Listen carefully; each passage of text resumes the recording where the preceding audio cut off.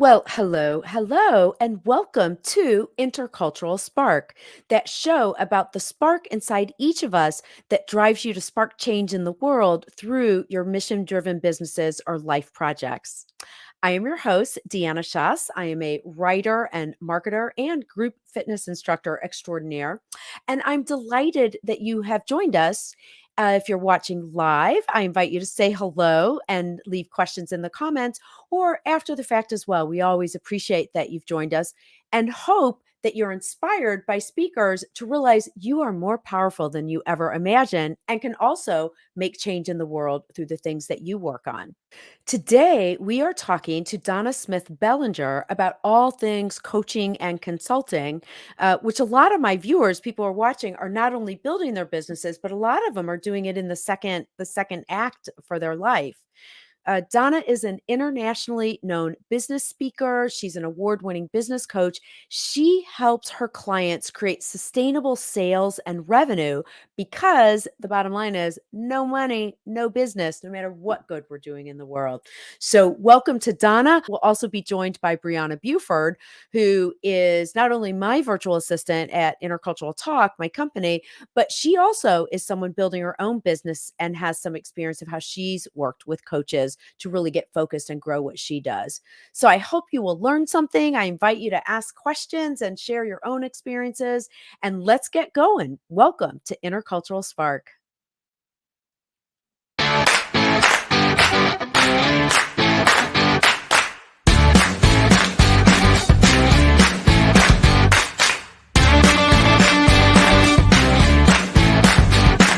Hey, Brianna. Hello. Hello. So what I thought we would talk about when we were setting up this show, I was saying I can be very cynical about coaches. Partially, it's because just about every day I'm getting prospected by people who want to be my business coach.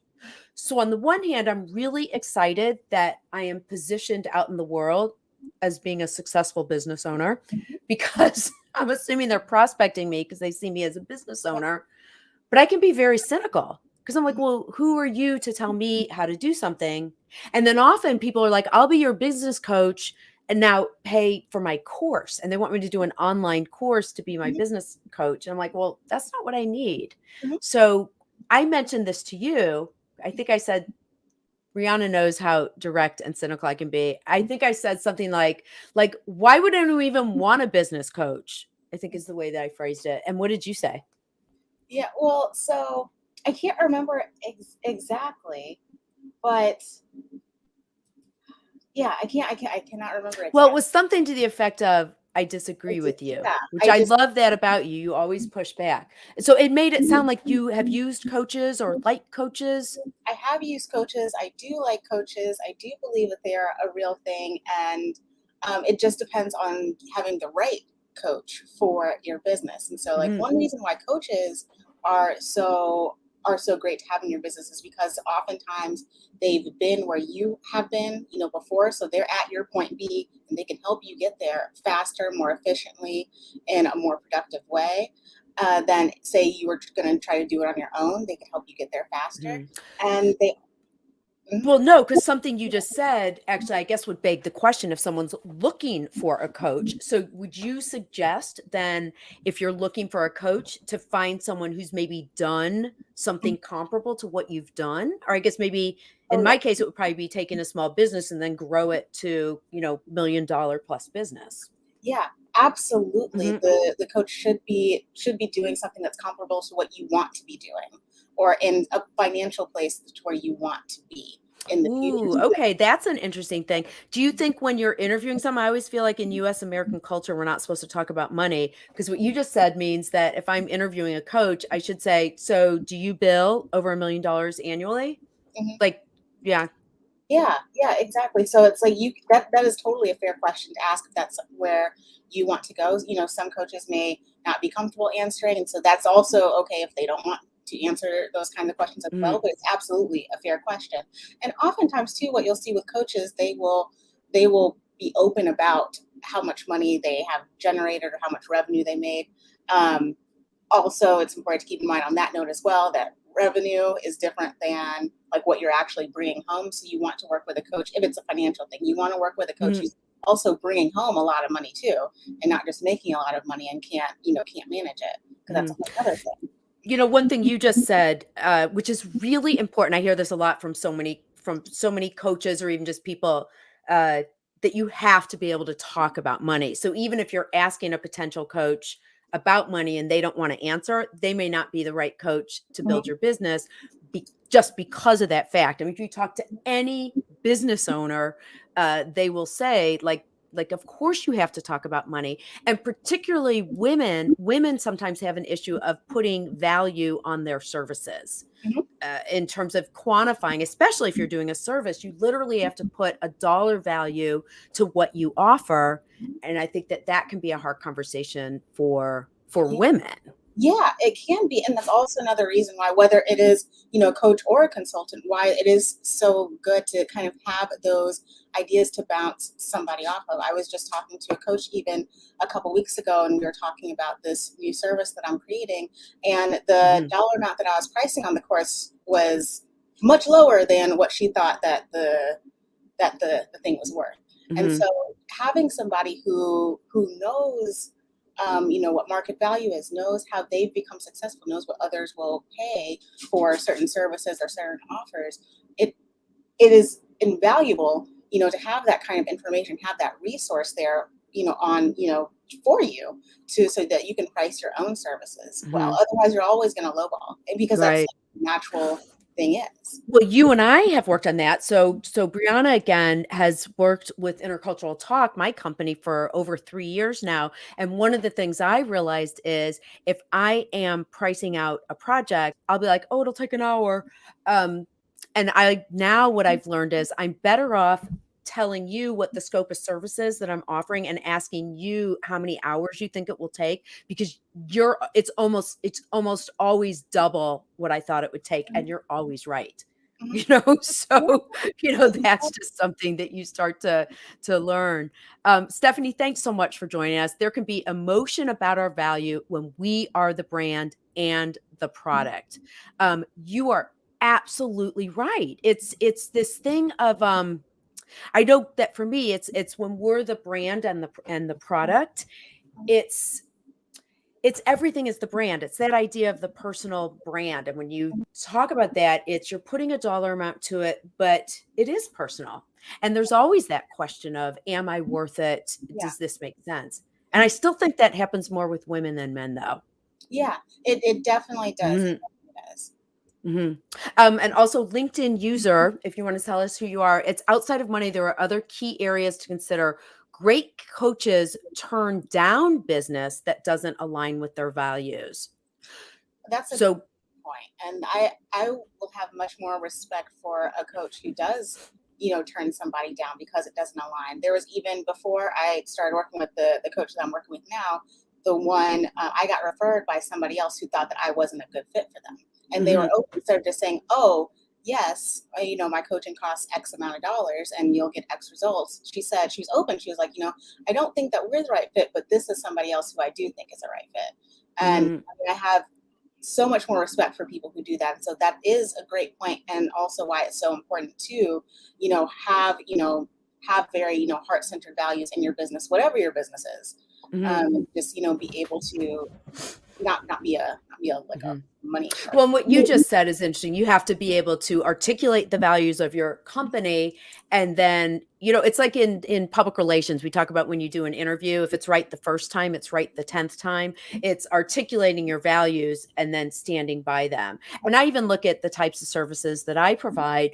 It's often business owners, but usually there's a deeper purpose. So I call Mhm. it purpose-driven businesses, or individuals who have these life projects that they just have to do. Yeah. So if someone came in with something that didn't fit that, it's not that I wouldn't market them, but I might not be the right fit for them. Yeah, and then along those lines as well, whether it's, a coach or a consultant or whatever, if it isn't in alignment, as the consultant or coach, your heart's not going to be in it, like when you're doing the work. The product that you deliver as well, whether it's, results, strategy, an actual thing, it's not going to be to, the client's liking potentially. leads to bad Mhm. reviews, leads to a bad reputation. So it Right, really you just end does up in a bad situation. align, Sure. you know? Yeah. Mhm. You know, I realized this that I shared actually before my mic was on. Actually, that's so funny. Like when you're afraid of sharing what your weaknesses are, I did it. It's out in the world. I just had my microphone off so nobody could hear it. So I'm actually going to repeat it in case there's coaches or people watching this. Here's what I'm positive that I need right now. And I've gotten to this point in my business a few times, and it's a hard one to get over where you've just about reached your capacity of what you can do with the operations that you have right now, but you want to get to that next level. And so some people will come in and say it's all about the sales. You've constantly got to be prospecting and making sales for your business to grow. But then I look at, so if you get more sales, how do you deliver the operations? So you've got to have that growth to serve the new clients, but then you've got to have the new clients to put in the infrastructure for the growth. And so it's that moment right there and planning through that moment that I find challenging. Do you have any idea what did you look to your coach for? Because you may not know the answer to that, but I'm wondering how specific were you on defining your coach? And maybe that's what I need to do is define, here's my business challenges. This is what I need a coach for, and then find that person.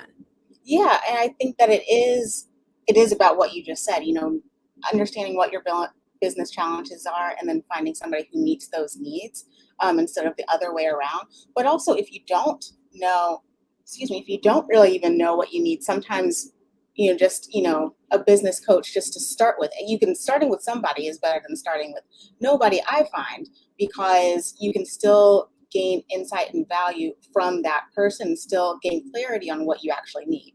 So even if the first person isn't exactly what you need, now you fine tuned a little bit more what you do need and what you are looking for, and then you'll be able to find a coach that fits those needs, specifically. Mhm. But yeah, so I mean, for me, I just knew that I knew that there were some things in my business that I wasn't doing as well as I wanted to do. So I found that the first person I talked to that referred me to this coach, she was doing something similar to she was moving in the direction that I wanted to move into. And so Mhm. I knew that. And so I contacted her and we were talking, but at the point in time where she was like, we're not a good fit, but this other person is, she actually still was doing exactly the same thing Mhm. that the Wait, first so how long have you worked with the coach?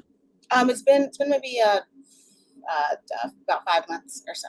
Yeah. Okay, so something new. And you said it was because you were in a transition and wanted to shift what you were like the products that you were offering, or what was the impetus that Yeah. led to doing a Yes. coach? So basically just kind of like the overall strategy and direction of my business. I just wanted to have more clarity around that and what the right moves that I should make are. And so, I was talking to her and she helps people with, like marketing and communications and, Mhm. like strategy and stuff like that. So um, just like for kind of growing businesses that are more in kind of like the level that I'm at right now. Mhm. And so she actually does a bit of what you're saying where it's more of group coaching. So that is how you scale, she does more, it's group coaching with a one-on-one component. So there is kind of a Mhm. coach component in there, but you also do get one-on-one time with her, and you're also able to have a group kind of a group dynamic where you're able to meet with the Mhm. other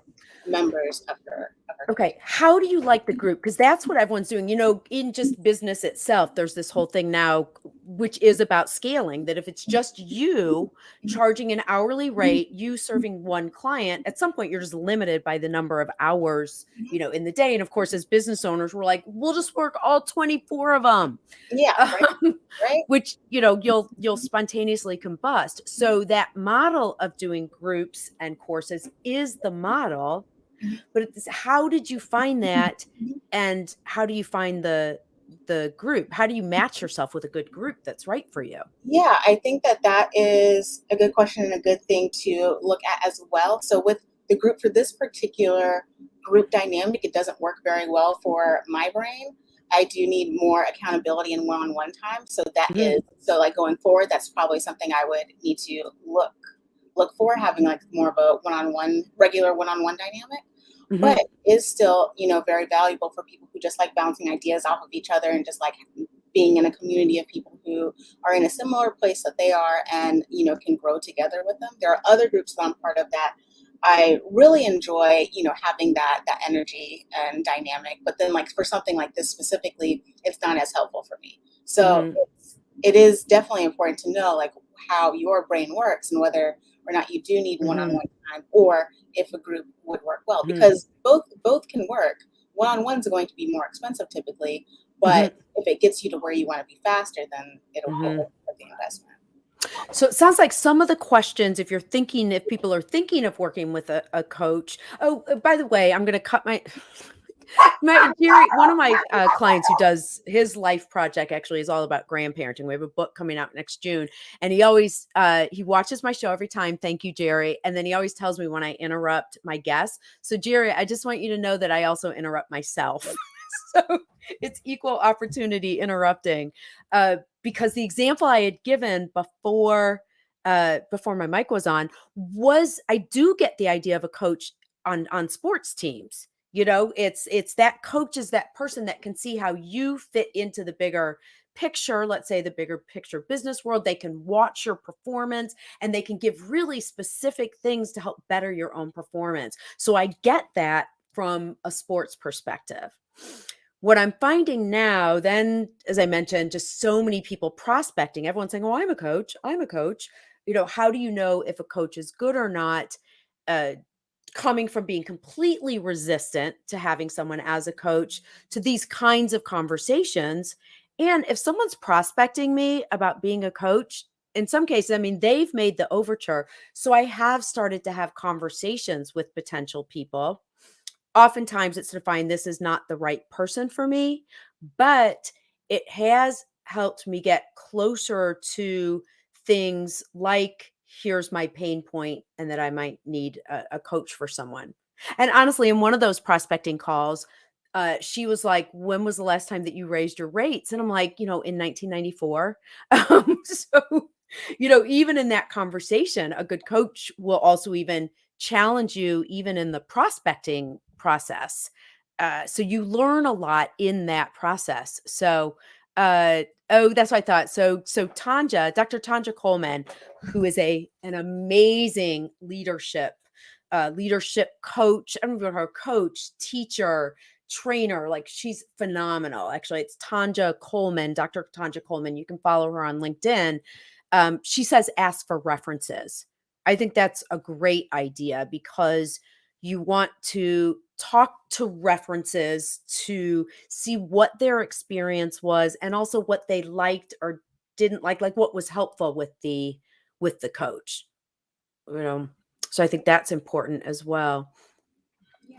Brianna, is there anything, what else is there anything else? Or you know what, is there a story? Can you tell us a story about maybe something that you learned with your coach? Tanja also says, but the best conversation is to determine if they are the right fit, personality, progress, purpose, and values. And so, Tanja, I think it goes back to what Brianna, you were saying as well, to not be afraid to ask those questions. I'm always afraid I'll offend someone when I start asking questions like, especially like, well, how much do you make? Who have you worked with? What results have they had? you know? Yeah. But I mean, some of these questions are fair if you're going to be giving them your money and you're trusting your business with them. Hmm. These are some of the questions that you need answers to. And you have a right to ask and they have a right to not answer. If they don't want to. So Hmm. it's the question Yeah. to asking the question if you want. Donna, we're so glad that you're here. So I'd like to go a little bit longer so what we ended up talking about, Brianna uses a coach. And I told you even when we talked the first time, I always want to make my guests look good and shine and stuff. And I'm like, I'm going to have to be a little bit offensive because I'm so cynical. Well, because I'm cynical about the whole idea of coaches and consultants and how they can actually help. Because I'm thinking to myself, like, well, I'm in business. Like, what does she know? And what we've been talking about though is how you actually screen and find the coach that's the right fit for you. Mhm. So, what are some of the questions when you go to work with a business? What questions do you think people should ask you to know if you're the right fit for them? Okay, the first thing they need to do is pay attention to the questions that I'm asking them. Okay. because that will give them insight into my area of expertise and also into the way I process information. For instance, one of the people that I worked with recently Mhm. hired me because my first question to her was, "How much money did you make out of your business last year?" And she says, "Oh, well, we made," didn't ask you that. "How much money did you get paid out of Um, your business mhm, last year? And did it meet your needs?" mhm, And she says, "You're hired. Nobody I've ever worked with ever cared about whether or not I made a dime." mhm, And I was like, that is, work is what you do to finance who you want to become and allow you to serve those you choose to serve. Um, if the person you're talking to doesn't go into, "Well, let me tell you what my story was. I was born and then I did this and then I did that." You don't care. You have a problem. mhm, My job as a consultant is to make sure that we clearly identify your desired outcome in this engagement. mhm, That's what counts. Everything else is a deliverable. mhm. Okay. And so for that reason, Wait, say that again. So sure, you're going to, before you start working with someone, you're going to look at what the outcome is, and then everything leading to that outcome is the deliverable. if you are not clear on Mhm, what success will look like for that individual when they invest in you, mhm, then who are you serving? mhm, You're serving yourself because you're looking at this as a transaction. My company mission statement is that the work that I do has to affect more than the bottom line because it's not the transaction, it's the testimony. mhm. Um, and that goes And you into mean the my testimony in backstory, but terms of the testimony of how they benefit from what you've mhm, worked with them on. mhm. Okay. If it's just about the money, I know how to go and get a job. Mhm, I know how to make money. I have known how to make money since I was 16 years old. I mhm. can make money. I Right. chose to go into this because I wanted to shorten the learning curve of others to a specific outcome. Mhm, And I have a specific set of skill sets and gifts. So it's very important that I make sure that I am engaging with a person that I am in alignment with as to what the desired mhm, outcome should be. Otherwise, I send them to somebody else, and I have a ton of people I can recommend. mhm. It's interesting. You both have talked about that, of the idea of like, if it's not a right fit, let's just go on to the next. So, Donna, you when we originally spoke, so I looked at your bio. You actually do say business coach, but then when we originally spoke, and I intimated like my suspicion, which I am through the process. I'm through the process of getting over that and realizing it makes a lot of sense to get to the next level. But the idea of coaches, you said, well, I'm not a coach, I'm a consultant. What's the difference? Why did you make that distinction between those two things? I use the term coach due to SEO. Okay. Right, because like everyone is a coach now. That's what I I'm seeing. know, and when I run into, no offense to any of your listeners, Okay. any of your Wait, I already viewers. took care of that. Go ahead. Yeah, but I'm just saying. But here's the deal. You cannot be 21 years old and tell me that you can be a millennial's life coach Right. because you haven't freaking lived. Mhm. And so all you can tell me is what the book told you. Mhm. And the reason I know that is because I work with coaches.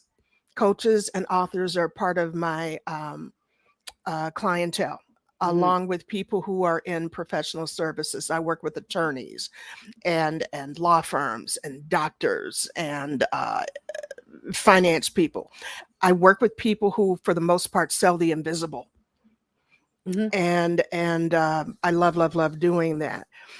But when I have a conversation to determine if indeed this is a person I can serve, that's the biggest difference that I see between a consultant and a coach. A coach takes you through a bunch of steps. And when you've completed the steps, you're anointed. Mhm. Okay. Consultants' livelihood depends on delivering a specific result and solving a specific Absolutely. I problem. mean, as a marketing consultant, I am very clear on that in terms of what are deliverables and how we're going to get there. Absolutely. Hmm. I would say now I will say it's interesting. I will sometimes do when I do marketing coaching, a marketing coaching session for me is somebody kind of they can do stuff themselves, but they're not sure exactly what to do. So I'll get on the phone for an hour with someone. They'll tell me all their issues. I'm like, oh yeah, do it this way, do it that way. But then they leave and do it on their own. That's a coaching session, which is different than now I'm your marketing consultant. And one other thing I would say on this whole thing of the just the exponential rise of people calling themselves coaches is that sometimes they're on like the rah side of coaching and they come in with this assumption that you don't believe in yourself. And if you just believe you can do it, then you're going to do it. The warm Um, fuzzy approach. yeah, but that's not, I am, and I'll tell people in a heartbeat, I'm not the person that you want to engage if you're looking for warm and fuzzy. mhm. I'm not. I Oh, have that wonderful straight no chaser thing going on. okay. Speaking of which, when you promoted this ahead of time, you said, "Are you a professional who only eats what you kill?" So I knew right then and there that you weren't warm and fuzzy. But what do you mean? What do you mean by that? That's one of my favorite expressions. Mhm, So if you have an employee mindset, then you know that 80% of your job is showing up. mm, Okay. And you're going to work just hard enough not to get fired. And that's where it's going to go. mhm, However, if you have to hit your numbers, if you have to have a specific deliverable in order to get paid, in order to get promoted, in order to feed your family, you are a person who only eats what they kill. mhm. And that is your performance dictates your revenue Okay. on a daily basis. On a daily basis. Back in the days of used car salesmen, they had to deliver a certain number of cars in order to have a check. I just have to say, so Stephanie says your warm demeanor shows up in person, Donna. We have met. Actually, you have a fan club. Tanja also says, what a great team today. Welcome, Donna. Oh, fantastic. And Jay, thanks for being here. I'm learning so much. This is so good. So Hi, Jay. fantastic. Jay is one of my favorite peeps. Is And that and I knew nice? him back in the beginning.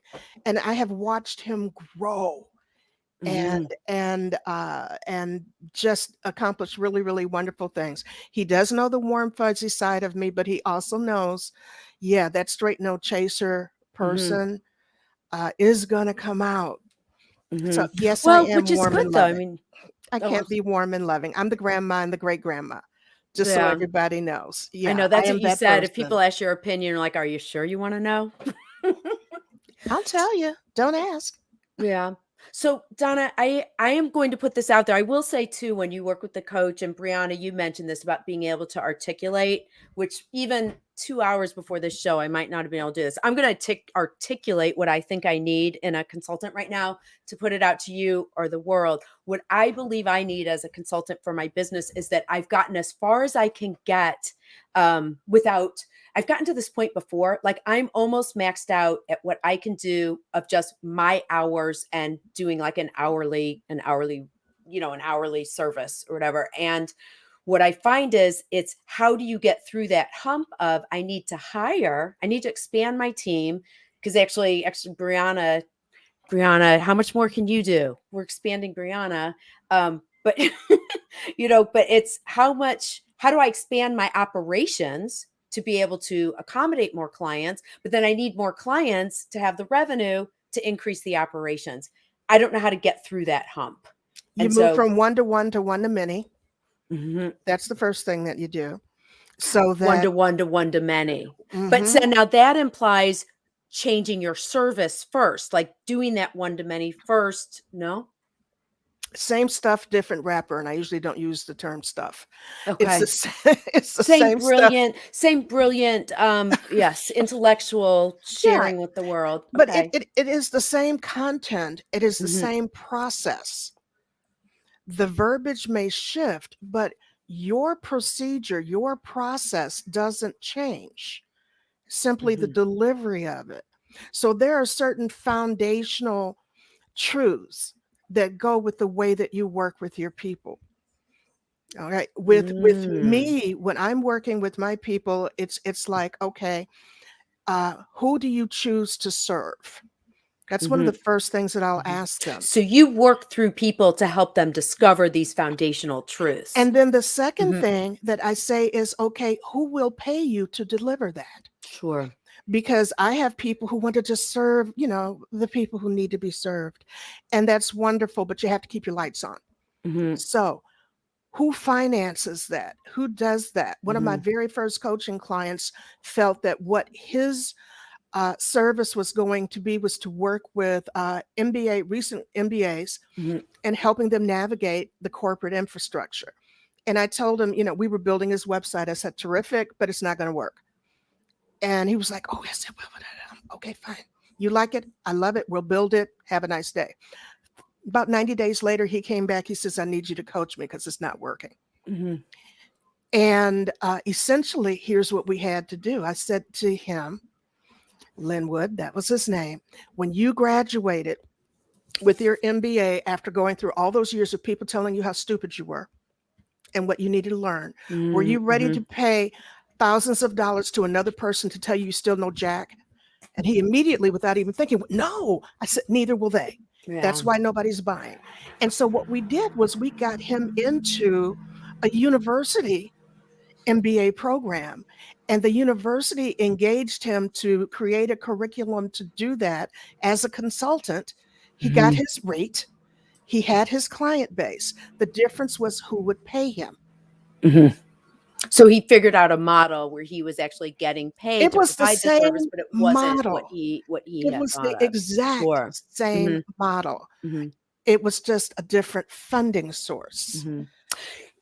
It's really interesting when you talk about this and how you help reframe that. But the other thing that's interesting, because I look at being a marketing consultant on the flip side, I will often do surveys of people's customers Mhm. to get testimonials and find out what they like about them. I can really see if you want to be as powerful as you possibly can be, it makes sense to actually work it from both sides, to find out why people choose you, but then also to look at what drives you.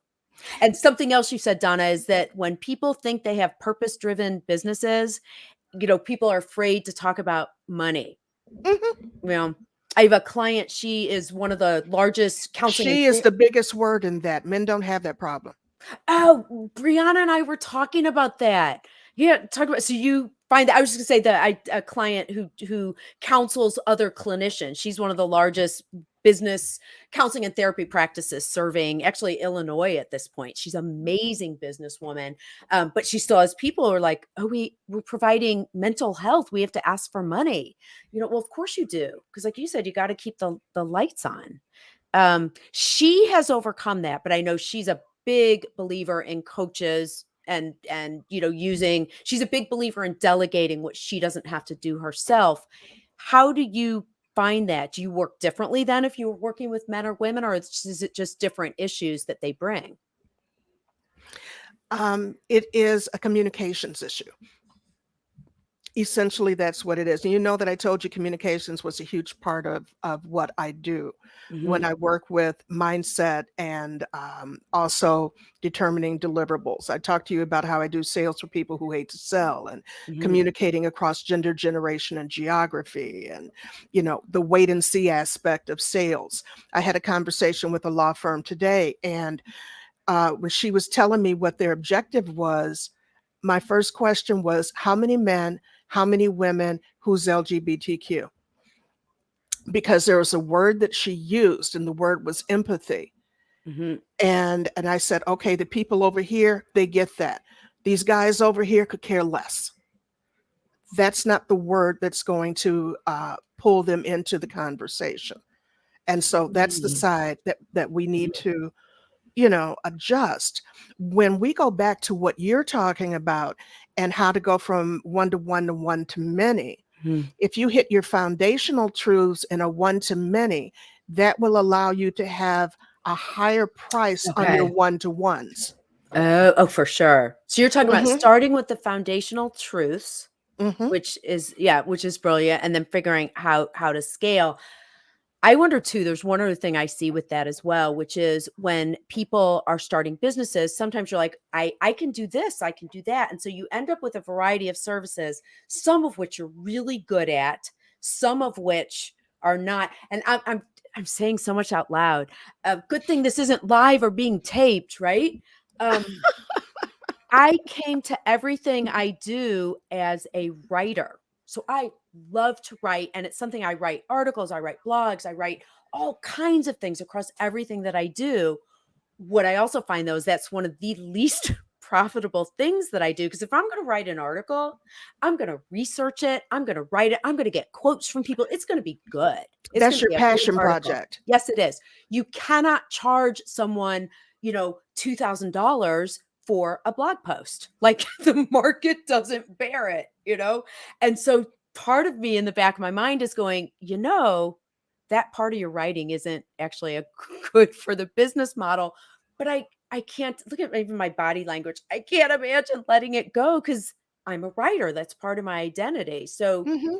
And there's how a niche for that, and there are people who will Ugh, pay you that, especially if it's gonna get in, the New York Times or, mhm, something like mm, that. So, again, that's a matter of knowing who it's valuable to. For instance, a person who interesting. is up for a really big award, Mhm, okay, or a person who is going to be speaking in front of the UN or, mm, things like that. Honey, they will pay you. mhm, But in order for you to have time to work with those people and to attract those mhm. people, then we need to do that foundational Yeah. group. Then you need to train some Mhm, people who can handle them at the next level so mm, that you get the people who need that skill set that gives you goosebumps. mhm, Those are the people that you work with, your goosebump people. mhm, And you train others to handle the mhm, other part that gives you a low, medium, and high. mhm. And so you still get your joy. You've been a job creator because you trained other people that Which can is do so things. exciting. It is so exciting to be able to provide opportunity for other people. That is something that really sparks me for sure. Mhm. You know So does that help? well, here's what's interesting is that it's fascinating when you look at what are the assumptions, those unconscious things behind what you say, because in what I said and then how you responded, the unconscious assumption there was my writing's actually not good enough. That's what's so funny. I didn't say that out loud. I said my writing's fabulous. No one would pay for it. The assumption is, yeah, that actually, oh, it's not good enough, or I'm not doing it right. So really interesting to see that. Yeah, and Donna I wasn't buying into that because I know you.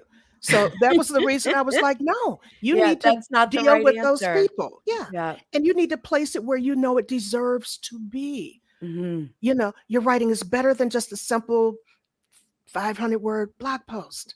Right. You create greatness with that. Oh my lord.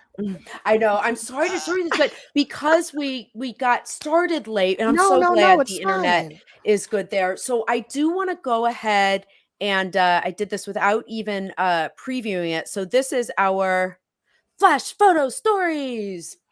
So flash photo stories are photos that you have sent. I flash them on the screen and you give us like a 1 to 2 sentence story about it. And Brianna, in the meantime, if you have other questions before we end the show and have this amazing resource with Donna, this is fabulous. Let's go and do our flash photo stories. But people who are watching live, now's your chance also to get those last minute questions in, and Brianna as well. But let's go ahead and do this. So Donna, what is this? Tell us your two My sentence husband story. and I are two of the world's oldest Trekkies. Ah, Essentially, that's what it amounts to. And we've done the conventions and other things. I put this one up because one year, this is how we met our trick-or-treaters. And I have to tell you that the kids were kind of like, "Ah, cool, give me candy." And the mhm. parents were like, "Give me the camera, give me the camera." That's great. One thing about Steve. So Steve is an author. He writes in science fiction. I read his book about the chrono car. So Steve was on a panel I did like a month ago on creativity in the second half of life. It was all people who had written novels or had, written TV shows and things after age 50. But you gotta love Steve is like, you gotta have my wife. She's fascinating. You just have to love couples who are like that you guys are so close and so supportive of each other. Just Yeah, I fabulous. fall in love with him all over again every day. Aw, so So sweet. Yeah, what's this? Inbound, I know you know what Inbound is, that the great digital conference that they have every year in Boston, Mhm. HubSpot, and all of the others. I love this one because they threw hundreds of thousands of dollars at this conference, hoping things would stick. And the people who manned the booths were not properly trained, and they lost hundreds of thousands of Mm. dollars in potential business based on my conversations with the Wow. buyers who were saying, I can't believe I got a credit card in my hand. Nobody asked me for a sale. They're just giving me Wow. tchotchkes, you know. Interesting. Yeah. Oh, Yeah. So hmm. I'm a BNI member. Okay. And so, if Which for you people, that's Business Networking International, correct? Business Yep. Networking International, they passed over $17 billion in referral business. I was at a conference. I got photobombed by the founder of BNI. That's Ivan Meisner, Oh, cool. peeking over my shoulder. So that one's Mhm. always kind of funny to me Mhm. because I chewed him out and it has since changed, but I really chewed him out for the lack of diversity in the room. Oh. And my comment to him was this: if I can count the people who are not white, there's not enough people in here.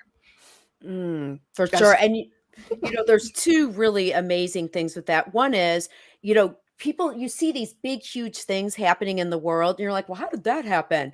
I love that one person with one idea can impact the lives of millions, which he did in starting BNI, and which you have now done in terms of really making sure that BNI is diversified. Because that is actually, I think truly there are not like, me alone, but I was just one of the voices that he got. mhm, And I've been working with VNI for a really long time. This is one of my favorites. That's me in the back with the glasses. This mhm, is one of my classes when I was teaching at Columbia College mhm, in Chicago. And it was just an absolutely joy experience for them. And one of them, actually, it's the young lady in the back with the little streak in her hair, mhm. jumped off of a bus and chased me down the street one day, going, my teacher, my teacher. I'm a Jackie Chan person. I was like, who's been watching Jackie Chan? And she said, I just had to tell you, Professor D, you told us the truth. What you told us about working in business, you told us the truth. And I'm like, thank you. So I keep that picture just for that purpose. Oh, that's amazing. Going from the big of like how you can impact a huge organization, but that idea of each one reach one, like you touched one person and made a huge difference for them. And that's a big deal. Okay, so once upon a time, pre-COVID, my goal was to travel and train. Mhm. And I enjoyed serving my clients from cruise ships. And this was cruising in Alaska. Wait, you served client. Oh my God, that's so brilliant. And if you're designing it, why not? So you figure out a way to serve clients on a cruise ship. That's right. Oh my God, My Donna, I want business to do was that. virtual. My business was virtual before COVID. Yeah. So I didn't have much pivoting to do because I had decided that all I wanted to do in my business was travel and train. Mhm, So even though now I cannot physically go everywhere I want to go, I trained this week and training next week in the UK and Barcelona mhm. virtually. Nice. But now were you on this cruise ship? I just had this vision of being on a cruise ship. You This are, is but now from the you do. balcony. That's from the I love balcony it. of my room. Okay. Yes. That is fantastic. And this looks like a really stressful image. What's happening here? That is the view outside of my office any given morning at sunrise. Really? You're in Yes. Chicago too, right? Mhm. Oh, is Uh-huh. it Lake Michigan? That is Lake Michigan. I'm up north near Wow. Loyola University, Mm, Edgewater, Evanston, if you know mhm. any of that stuff, Yep. that's where I'm at. Mhm, And so that is my glory during my mhm. Zen times because I'm usually up about 4:30 or 5 o'clock. Oh my goodness. I love this as well because for people who know Chicago, obviously it's a huge urban center. And so the fact that you can find this and really capture it like that in the middle of Chicago is phenomenal. So It's an that's, absolutely wonderful thing. yeah, for So sure. it's like being on a cruise ship, even though I'm not. Yes.